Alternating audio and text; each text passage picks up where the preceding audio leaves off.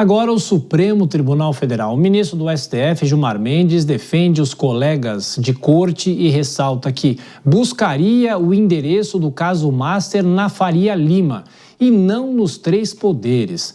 Repórter Janaína Camelo, direto de Brasília, mais uma vez, o magistrado deu declarações para todos os gostos de ontem para hoje, né? Pois é, isso mesmo, Tiago. E aí, o ministro Gilmar Mendes, em uma dessas entrevistas, ele disse que a imprensa transformou o escândalo do Banco Master em uma espécie de case do Supremo Tribunal Federal e que, na visão do ministro, ele vê um caso mais abrangente, que, na verdade, o problema é muito maior, que nessa investigação do Banco Master mostra indícios de que há falhas em todo o sistema de regulamentação sobre fiscalização de instituições financeiras, de fundos de investimento. Essas declarações foram dadas para o jornal da Globo, isso foi ontem, e então o ministro ele culpou a imprensa. Ele disse que a imprensa trouxe esse assunto para a Praça dos Três Poderes, mas que se ele fosse procurar, nas palavras dele, como você disse, se ele fosse procurar o endereço do escândalo do Banco Master, isso seria na Faria Lima. E aí ele foi perguntado também ali na entrevista sobre o caso dos ministros Dias Toffoli e Alexandre de Moraes envolvendo o Banco Master, e aí ele também amenizou ali o caso, colocou panos quentes. Ele disse que cada qual deverá fazer o devido encaminhamento. Lembrando que o ministro Dias Toffoli, ele tem uma empresa que já fez negócios com um fundo ligado ao Banco Master e no caso do ministro Alexandre de Moraes, a esposa dele, Viviane Mars, o escritório dela teve o contrato milionário com o Banco Master. E aí, como você disse, Tiago, o ministro Gilmar Mendes, nos últimos dias, ele tem dado uma série de entrevistas, sempre defendendo ali a imagem do STF e fazendo um contraponto, embora ele seja o decano da corte, com o presidente do STF, o ministro Edson Fachin, que praticamente ele não concede entrevistas, porque ele tem um perfil mais discreto. E só lembrando, a última entrevista que o ministro Fachin deu foi para os setoristas, a imprensa que cobre aqui o Supremo Tribunal Federal, e nessa entrevista, quando ele foi perguntado sobre o caso dos ministros Alexandre de Moraes e Dias Toffoli em relação ao Banco Master, ele disse que, abre aspas, juízes também erram, fecha aspas. Acabou que essa declaração pegou bem mal naquela ala do Supremo, que não vê com bons olhos, não tão com bons olhos, a criação de um código de conduta para ministros do Supremo, que é defendido muito pelo ministro Edson Fachin. São ministros que preferiam que o presidente do STF estivesse fazendo uma defesa muito maior com relação a esses ministros, especialmente Dias Toffoli e Moraes, viu, Tiago? Bom, daqui a pouco eu vou ouvir os nossos comentaristas sobre essas declarações do ministro, mas eu queria aproveitar, Janaína, e te fazer uma outra pergunta, porque tem um caso também de repercussão, afastado do cargo há 2 meses depois de uma abertura de sindicância por denúncias de assédio sexual. O ministro Marco Buzzi, do Superior Tribunal de Justiça, recebeu a mesma remuneração de quanto estava em atividade, ou seja, ele continua recebendo salário. Eu te pergunto, qual o valor, como é que está a situação dele? Continua, Tiago, porque pelo regulamento ali ele tem direito ainda a receber mesmo afastado, mas olha só quanto ele recebe por mês, no total em vencimentos mesmo, R$100 mil por mês. O salário mesmo dele, porque o teto constitucional é de R$46 mil, o salário dele mesmo é de R$44 mil. O restante todo, ou seja, mais da metade desses 100 mil é só com auxílios e benefícios do cargo, ou seja, os chamados penduricalhos. Só lembrando que isso entra bem naquele outro assunto do STF que recentemente definiu que os valores em penduricalhos não podem ultrapassar 35% do teto constitucional, 35% desses R$46 mil. No caso de Buzzi, ainda ultrapassa esses 35% do teto constitucional. Enfim, então, enquanto ele estiver afastado, ele vai continuar recebendo esses valores, tá, Tiago? Em R$100 mil por mês. Lembrando que ele é alvo de uma sindicância no CNJ, no Conselho Nacional de Justiça, e também de um inquérito que foi aberto também recentemente aqui no Supremo Tribunal Federal, de relatoria do ministro do ministro Cássio Nunes Marques, por conta de todas essas denúncias contra ele. Oficialmente são 2, por assédio sexual, uma delas contra uma jovem de 18 anos. Enquanto afastado, vai receber R$100 mil por mês. Tiago. Janaína Camelo, Judiciário em Brasília, até daqui a pouquinho. Deixa eu trazer o Cristiano Vilela e a Dora Kramer. Já a Denise fala também sobre o Judiciário. Denise, de ontem para hoje o ministro deu entrevista, inclusive para um jornal português, né, que é a área dele. Ele tem alguns negócios lá em Portugal. De que forma? A Janaína fala em tentar ser uma espécie de antagonista ao presidente do Supremo. Você acredita nisso? Denise e Dora, né? Dora, perdão, Dora, falou. Vamos lá.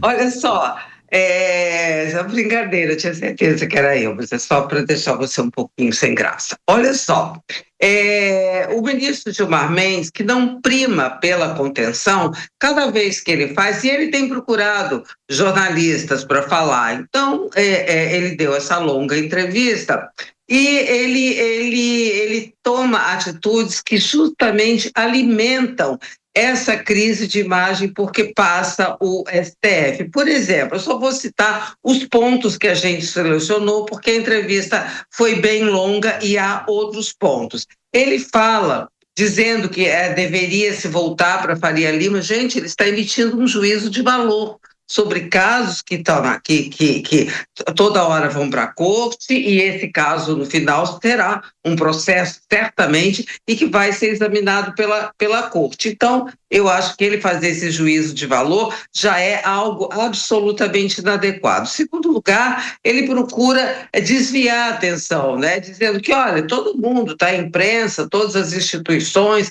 estão em crise, e então ele quer dividir esse ônus com todo mundo. E, em terceiro lugar, ele se desvia do foco da questão principal. A questão principal, a raiz da crise hoje enfrentada pelo Supremo Tribunal Federal, são atitudes equivocadas, vistas como equivocadas, dos próprios ministros do Supremo, da ala ativista, da qual o ministro Gilmar Mendes não só é integrante, como inclusive lidera esse tipo de ala. Ele, como decano, e como eu disse, ele não prima pela contenção. E, mais uma vez, ele faz esse tipo de atitude, ele vai para a confrontação, ele busca, de maneira um pouco até mais sutil do que fez ontem o ministro Flávio Dino, menosprezar, colocar numa situação secundária o presidente do Tribunal Superior eleito, do Supremo Tribunal Federal, até porque em algum momento dessa entrevista ele disse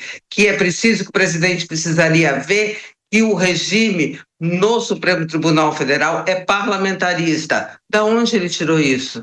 Que invenção é essa? Então, o ministro Gilmar Mendes faz, inclusive, inovações jurídicas para justificar o injustificável e fugir do problema principal, a crise de confiança, porque passa o Supremo Tribunal Federal por atitudes dos próprios ministros.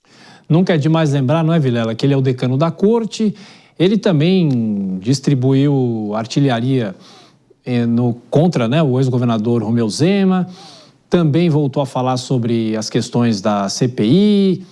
E eu te pergunto o seguinte, como um integrante do Judiciário, mirando a Faria Lima também, por exemplo, até que ponto ele ultrapassa uma linha nessa área da justiça? Tiago, ele ultrapassa todos os pontos. Essa fala foi realmente bastante equivocada. Aliás, temos visto falas equivocadas por parte do decano, por parte de outros ministros também, o que mostram realmente que representantes do Supremo Tribunal Federal estão sentindo o baque, sentindo o golpe. Não dá para a gente imaginar que um representante da alta corte vai começar a bater boca e promover frases que caem bem no debate político, mas não são cabidas para um representante do judiciário. Essa ideia de ter que ficar fazendo defesa, essa ideia de ter que ficar confrontando a acusação, criando a acusação, fazendo galhofa em relação à conduta, comportamento ou determinadas situações envolvendo atores políticos, isso não cabe, não cola na imagem de um juiz. E talvez seja justamente por esse tipo de situação que o Supremo Tribunal Federal se encontra na berlinda, se encontra com vários representantes mal vistos por representantes da sociedade, por uma parcela significativa da sociedade. Nesse sentido, eu vejo que seria fundamental uma autocontenção, não apenas do ponto de vista normativo, mas do ponto de vista de comportamento. É fundamental que o Supremo Tribunal Federal entenda o momento e promova ele próprio alguns ajustes. Senão, nós vamos ficar nessa situação onde a Suprema Corte, que deve receber todo o respeito da sociedade brasileira, é um órgão fundamental para a nossa democracia, acaba se vendo ruída, acaba vendo a sua popularidade, sua relevância ruída por conta de comportamentos equivocados como esse. Denise, falando pelo lado do dinheiro, né? O ministro mira a Faria Lima e, como a Dora destacou, é uma tentativa também de tirar um pouco o foco do Supremo?